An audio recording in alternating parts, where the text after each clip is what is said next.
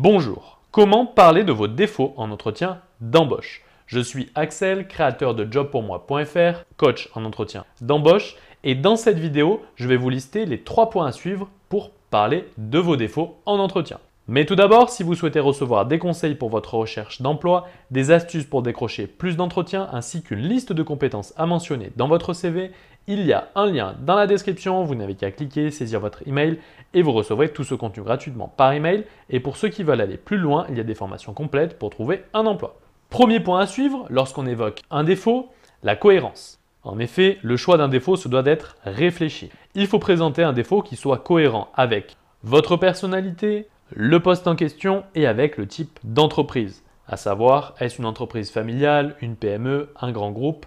L'idée est de vous renseigner sur la culture d'entreprise.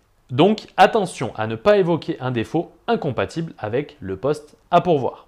Exemple, si votre défaut c'est d'être impatient et que le poste vous amène à devoir respecter des deadlines et être mis sous pression, dans ce cas-là, le recruteur, lui, il ne verra sans doute pas cela comme un défaut. Au contraire, car finalement, l'impatience dans ce type de situation s'avère être nécessaire.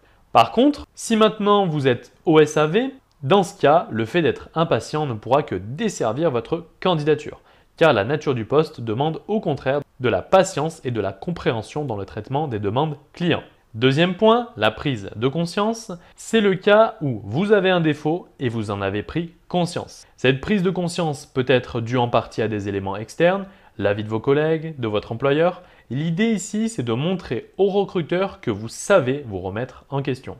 Exemple de prise de conscience, plusieurs fois, vos collègues et votre responsable vous ont fait remonter le fait que vous ne vous intégrez pas assez dans l'entreprise. Tu ne viens jamais manger avec nous à midi, tu ne prends jamais ta pause avec nous, tu ne participes jamais aux événements organisés par l'entreprise. Et là, vous allez expliquer que vous avez analysé la situation et pris conscience que vous ne faisiez pas d'efforts pour vous intégrer au sein de l'entreprise. Vous allez bien faire comprendre au recruteur que vous avez pris conscience de ce défaut. Donc là, vous montrez au recruteur que vous êtes capable de prendre du recul sur vous-même et d'identifier vos propres défauts.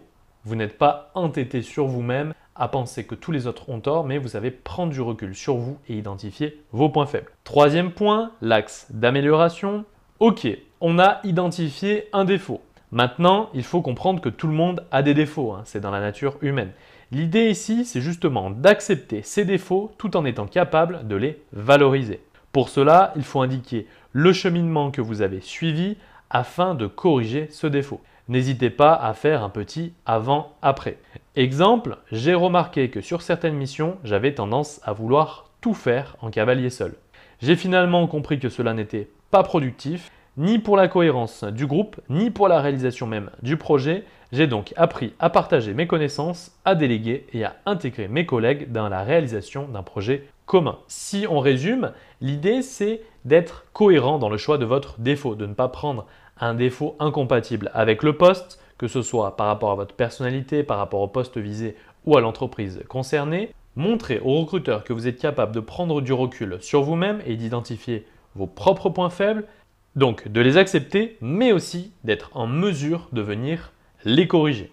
Donc voilà pour les 3 points à suivre pour évoquer vos défauts en entretien d'embauche. Je me répète, si vous souhaitez recevoir des conseils pour votre recherche d'emploi, des astuces pour décrocher plus d'entretiens ainsi qu'une liste des compétences à mentionner dans votre CV, il y a un lien dans la description, vous n'avez qu'à cliquer, saisir votre email et vous recevrez tout ce contenu gratuitement par email. Je suis Axel, créateur de jobpourmoi.fr, coach en entretien d'embauche. Je vous dis à bientôt et je vous souhaite bon courage pour vos entretiens.